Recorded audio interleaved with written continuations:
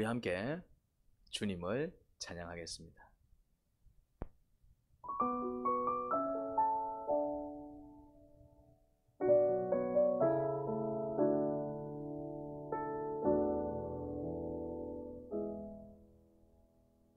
예수 나의 좋은 치료자, 그의 눈이 머무는 곳은 나의 슬픔과 고통. 고개 들어 그의 눈을 볼 때에 난 알았네. 예수 나의 좋은 치료자. 예수 나의 좋은 치료자. 그의 손길이 닿는 곳은 나의 상처와 아픔. 영원히 흐를 것 같았던 눈물 다 멎었네. 예수 나의 치료자. 나 노래하리라. 천한 나를 돌아보시 구세주를 찬양해.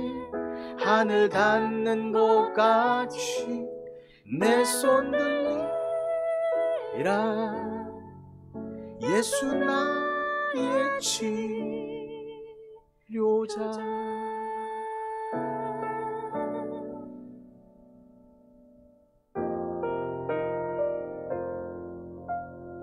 예수 나의 좋은 치료자. 그의 눈길이 닿는 곳에 나의 상처와 아픔. 영원히 흐를 것 같았던 눈물 다 멎었네. 예수 나의 치료자.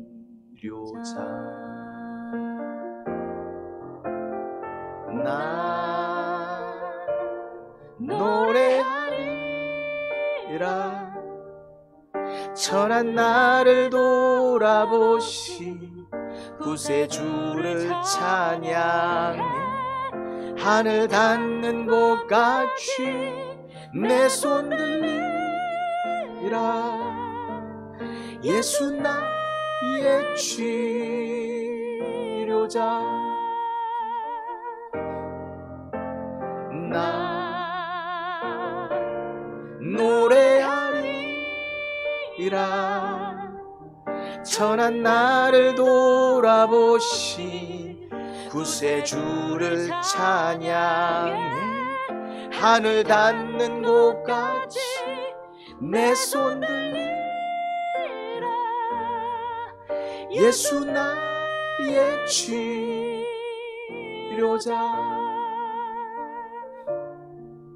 하늘 닿는 곳 같이 내 손 들리라.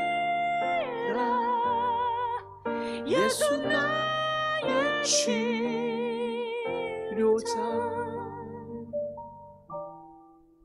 예수 나의 치료자.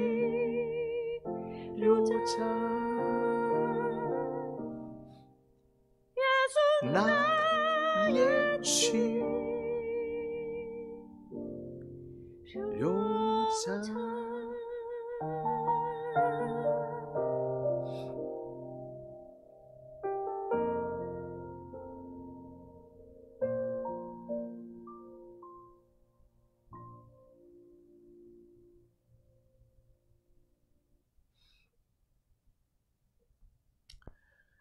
하나님 아버지, 예수님은 저희의 치료자 되십니다.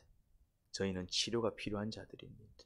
육신의 질병 치료도 필요하고 마음의 질병 치료도 필요하고 심지어 영적 문제까지 치료가 필요한 자들입니다. 이 시간 저희에게 치료의 손길을 베풀어 주옵소서. 예수님 이름으로 기도합니다. 아멘. 마태복음 22장 34절부터 40절까지입니다.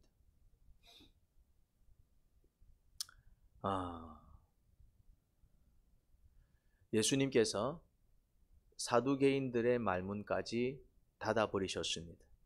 이제 위기감이 감돕니다. 저 예수님을 어찌하면 좋을지 앞이 캄캄했습니다. 막막했습니다. 바리새인들은 전부 한자리에 모여서 대책을 논의했습니다. 이제 어찌하면 좋으랴. 저 예수라는 사람을 막을 방도가 없다. 그들도 한번 깨져 돌아왔고 사두개인들도 말문이 완전히 막혀 또 돌아갔다는 이야기를 들었습니다. 그때 한 율법 교사가 나섭니다. 그런 참담한 가운데에 나서겠다 한 것을 보면 그래도 이 율법 교사는 실력이 출중했던 것 같습니다. 그러면 내가 한번 나서 보지요 한 것입니다. 율법 교사니 특별히 이 사람은 바리새인 중에서도 율법에 아주 능통한 사람이었나 봅니다. 또 율법 교사, 율법 전문가 또 그렇게 불린 것을 보면 그래서 율법을 가지고 저 예수를 꺾으려면 저 예수님을 꺾으려면 율법을 가지고 그래서 이제 율법을 가지고 예수님을 시험하였습니다. 질문이 이렇습니다. 율법 가운데 어느 계명이 중요합니까? 물론 의도는 악했죠. 예수님을 시험하는 게 목적이었으니까. 그럼에도 불구하고 예수님은 이 질문을 좋아하셨습니다. 왜냐하면 질문 자체는 정말 수준이 높은 질문이었기 때문에 그렇습니다. 아무나 할 수 있는 질문이 아니었습니다. 율법에 능한 자였기에 이런 수준 있는 질문을 할 수 있었던 것입니다. 안타까운 것은 이렇게 실력이 좋은데 아무나 할 수 없는 질문입니다. 질문 자체가 저급한 수준이 아니에요. 정말 율법을 잘 알아야지 그 율법을 꿰뚫고 있어야지 할 수 있는 수준 있는 질문이었다 이 말입니다. 근데 안타까운 것은 이런 수준 있는 질문을 정말 순수한 의도를 가지고 예수님은 어떻게 말씀하실까 그 교훈과 교리를 듣고 싶어서 왔더라면 얼마나 좋았을까요? 안타깝게도 질문은 수준은 높았지만 그 수준 높은 질문을 한 의도는 예수님 시험이었습니다. 그럼에도 불구하고 예수님은 그 악한 의도는 외면해버립니다. 악한 의도는 오히려 그 수준 높은 질문을 활용합니다. 그래서 거기에 모여있던 사람들한테 오히려 말씀을 가르치고 율법을 가르치고 진짜 정말 율법에서 중요한 게 뭔지 율법의 강령을 가르치는 기회로 삼습니다. 잘 됐다. 의도는 악하지만 질문 자체가 너무나도 수준이 있었기 때문에 그러니까 이게 안타까운 것이죠. 이렇게 율법에 능한 자가 정말 주님을 찬양하고 예배하는 자가 아니라 주님을 시험한 자였다는 사실이 안타깝죠. 이렇게 율법에 능했으면서도 정작 예수님을 깨닫지 못하고 발견하지 못했다라는 게 놀라울 지경입니다. 예수님은 이제 율법의 강령, 핵심을 선포합니다. 네 마음을 다하고 네 목숨을 다하고 네 뜻을 다하여 주 너의 하나님을 사랑하라. 이것이 가장 중요하고 어떤가는 개념입니다. 율법 다 중요하죠. 율법은 구약 성경을 가리키는데 구약 성경 중에서 중요하지 않은 말씀이 한 구절이라도 있을까요? 1.1획도 사라지지 않는다라는 말씀인데 다 중요한데 그 중에서 정말 중요한 것 율법의 핵심이라고 볼 수 있겠죠. 강령이라고 볼 수 있습니다. 바로 주 너의 하나님을 사랑해라. 거기서 끝나지 아니하고 둘째 계명도 이것과 같은데 네 이웃을 네 몸과 같이 사랑하라. 이러면서 율법의 핵심을 이번 기회에 선포합니다. 이 두 계명이 온 율법과 예언서의 본뜻이 달려있다. 이게 무슨 말입니까? 모든 율법이 이 계명으로 요약 정리된다 이 말입니다. 모든 예언서가 이 두 계명으로 딱 요약 정리된다 이 말입니다. 결국 성경이 얘기하고 있는 궁극적인 핵심 가치관은 뭐냐면은 마음을 다해서 뜻을 다해서 하나님 사랑해라. 그리고 둘째 계명도 이것과 같은 가치를 가지는데 이웃을 네 몸과 같이 사랑해라. 이 관계의 중요성, 사랑의 관계, 하나님과 좋은 관계를 맺고 더불어 살아가는 사람들과 좋은 관계를 맺는 이 사랑의 관계, 관계의 중요성을 주님께서는 이번 기회에 피력을 하신 것입니다. 그렇습니다. 주님은 의도가 악하더라도 이 땅에 그런 게 많습니다. 겉으로는 정말 좋은 것이고 그리고 필요한 것이고 정말 그런 것이에요. 그런데 의도가 악해요. 의도가. 그런 경우에 하나님께서는 그 의도를 외면하고 그런 것들을 활용하는 경우가 많습니다. 그 대표적인 것이 정치입니다. 정치. 정치는 필요합니다. 정치를 잘해야 나라가 번영하기도 하고 또 나라가 문제를 해결해 나갑니다. 정치는 참 중요합니다. 우리나라 정치는 참 혼란스럽죠. 그럼에도 불구하고 이 나라가 망하지 않고 잘 흘러갈 수 있었던 이유는 어쨌든 정치인들의 그 정치를 통해서 나라가 여기까지 온 것입니다. 우여곡절은 있었지만.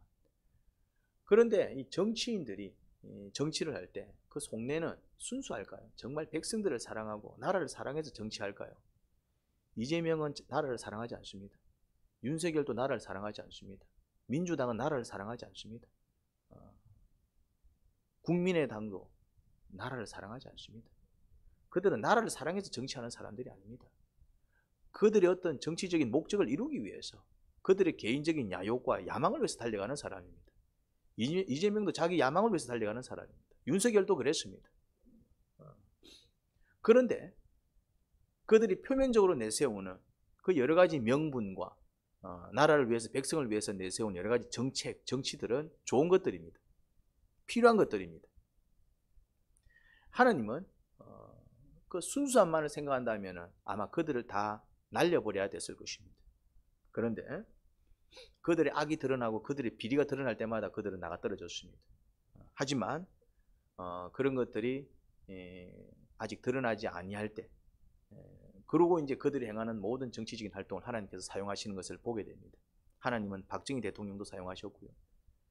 하나님은 전두환 대통령도 사용했고 하나님은 노무현 대통령도 사용했고 하나님은 김영삼, 김대중 대통령도 사용했습니다. 하나님은 박근혜 대통령도 사용했고 하나님은 또 문재인 대통령도 사용했고 또 심지어 윤석열 대통령도 사용했습니다. 또 다음 대통령을 사용할 겁니다. 그렇게 이 나라는 지켜져 왔고 그런데 어떻습니까? 하나같이 전부 총살을 암살을 당하든 아니면 감옥에 가든 자살을 하든 뭐 이렇게 좋게 말년을 보낸 대통령은 거의 없습니다. 그러고 보니까 김대중 대통령만 그냥 조용히 아무 일 없이 또 인생을 마무리한 것 같네요. 김영삼 대통령도 자기 아들이 또 감옥에 들어갔으니 안타까움이 있었고 뭐 노무현 대통령은 자살했고 박근혜 대통령 탄핵당했고 윤석열 대통령 탄핵당했고 전두환 대통령은 지금까지 뭐 감옥도 갔다 오고 죄인의 소리를 듣고 있고 뭐 그런 겁니다. 다 죄인들이었다 이 말이죠. 감옥에 갔다는 얘기는 죄를 지었기 때문에 감옥에 간 것 아닙니까? 탄핵을 당했다는 얘기는 또 대통령으로서 뭔가 어떤 결정적인 실책을 했기 때문에 탄핵을 당한 게 아닐까요? 암살을 당했다는 얘기는 정치적 어떤 이 갈등이 있었기 때문에 그런 일을 빚은 게 아닐까요? 그럼에도 불구하고 하나님께서는 또 어쨌거나 그들이 내세운 정책과 그럼 이게 뭘 얘기하느냐면 주님께서 이 의도는 악한 의도였습니다. 예수님을 공경에 빠뜨리기 위해서. 그런데 예수님은 그런 악한 의도지만은 그 질문 자체는 수준 있는 질문이고 잘 활용해서 어떻게 합니까? 그곳에 모여있던 사람들이 진리를 깨닫고 율법의 핵심 가치를 깨닫는 기회로 삼아버립니다. 그러면서 복음은 흘러나갑니다. 하나님의 나라는 확장되어 나갑니다. 주님의 뜻은 이루어집니다. 그러니 주님께서는 사탄도 사용하십니다. 지금도 사탄을 사용하고 계십니다. 사탄은 마치 지가 뭔가 이렇게 득세하냐 자기의 뜻이 이루어지냐 설치되지만은 결국에는 누구의 뜻이 이루어집니까? 하나님의 뜻이 이루어집니다. 예수님께서 십자가에 달리셨을 때에 내가 이겼구나 싶었지만 예수님께서 부활 승천하자 그들은 찌그러져 버렸습니다. 마찬가지입니다. 예수님이 공생을 시작할 때부터 사탄은, 마귀는 예수님을 시험했고, 떡으로 시험했고, 어떤 뭔가 이렇게 또 야망으로 시험했고, 그런데 예수님은 말씀으로 다 물리치셨고, 그래서 때로는 사탄이 득세한 것처럼 보였지만은 결국에는 어떻게 되었습니까? 이 땅의 나라는 다 무너져 버렸습니다. 그냥 하나님의 나라가 지금까지 흘러나가고 있습니다. 확장되어 나가고 있습니다. 주님은 그렇게 일해 나가십니다. 여러분, 그러니 대신 결국 그 악함과 그 죄악은 결국 공의에 따라서 결국에는 폭로되고 결국에는 정죄당하는 것을 보게 됩니다. 그러니 하나님한테 쓰임만 받고 버림받는 자들이 되어서는 안 됩니다. 하나님께 멋지게 쓰임을 받고 또 정말 그 순수한 마음까지 인정받아서 상 받고 복 받는 자들이 되어야지, 그냥 쓰임만 받고 그 악한 의도로 인해서, 그 죄성으로 인해서, 타락과 변질로 인해 결국 버림받는 자들이 되어서는 안 됩니다. 쓰임은 받았지만 역대 대통령이 전부 쓰임을 받았습니다. 박정희 대통령을 통해서 우리나라는 또 경제 대국을 이루었고, 또 김영삼 대통령을 통해서 정말 진정한 민중을 위한, 민중이 주인이 되는 민주정치가 펼쳐졌고, 또 김대중 대통령을 통해서도 뭔가 이렇게 이제 IMF 위기를 극복하고 또 나라가 또 새롭게 회복이 되고, 뭐 노무현 대통령을 통해서 또 복지제도가 또 이렇게 서민을 위한 정치들이 또 이렇게 자리를 잡아가고, 아무튼 하나님은 심지어 전두환 대통령을 통해서도 하나님께서는 일하셨습니다. 또 경제적인 안정과 어쨌든 또 뭐 88 올림픽이라는 또 나라의 발전, 그 뒷면에는 또 정말 추잡한 뒷거래가 있었지만 그럼에도 불구하고 하나님께서는 그들을 적절히 쓰셔가지고 나라를 지키셨고 부강시키셨습니다. 하지만 그들의 죄악과 그들의 비리와 그들의 그 모든 치부는 어떻게 되었습니까? 다 심판을 당했습니다. 그러니 쓰임받고 버림받는 그런 안타까운 자들이 되어서는 안 됩니다. 쓰임받고 정말 그 순수한 마음까지 인정받아서 상받고 복받고 그렇게 정말 하나님께서 높이시는 자들이 되어야지, 결국에는 그런 숨겨놓은 죄악과 또 내면의 그런 악함, 순수하지 못한 마음, 그런 변질과 타락으로 인해서 실컷 쓰임받고 버림받는 그런 비참한 자들이 되어서는 안 될 것입니다. 하나님 아버지, 성경 앞에서는 저희가 많은 생각을 해봅니다. 예수님을 시험하러 온 율법 교사였지만 그 질문 자체가 수준이 높았기에 주님은 그 질문은 적절하게 복음을 전하고 하나님 나라를 가르치고 율법의 핵심을 가르치는 귀한 기회로 삼았습니다. 하지만 주님을 시험한 그는 결국엔 어떻게 되었을까요? 그 마음을 회개하지 못했다면 그는 그렇게 쓰임만 받고 또 이렇게 나락으로 떨어지는 또 비참함을 겪어야 했을 것입니다. 물론 또 그런 과정 속에서 자신의 허물을 깨닫고 주님께로 돌아와 그렇게 또 구원을 받게 되면 이야기는 달라지겠지만, 끝까지 자신의 고집과집을 버리지 못해 죄악된 길을 걸어갔다면 그는 그렇게 쓰임만 당하고 오히려 버림받는 안타까운 사람이 됐을 것입니다. 너무 걱정할 때가 아닙니다. 저의 삶, 저의 길은 어떻습니까?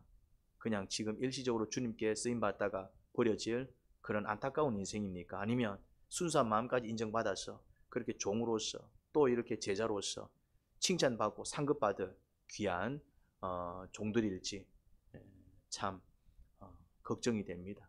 하나님, 저의 인생길이 주님께도 인정받는, 그렇게 칭찬 듣고 상급받는 복된 인생이 되기를 소원합니다. 예수님 이름으로 기도합니다. 아멘.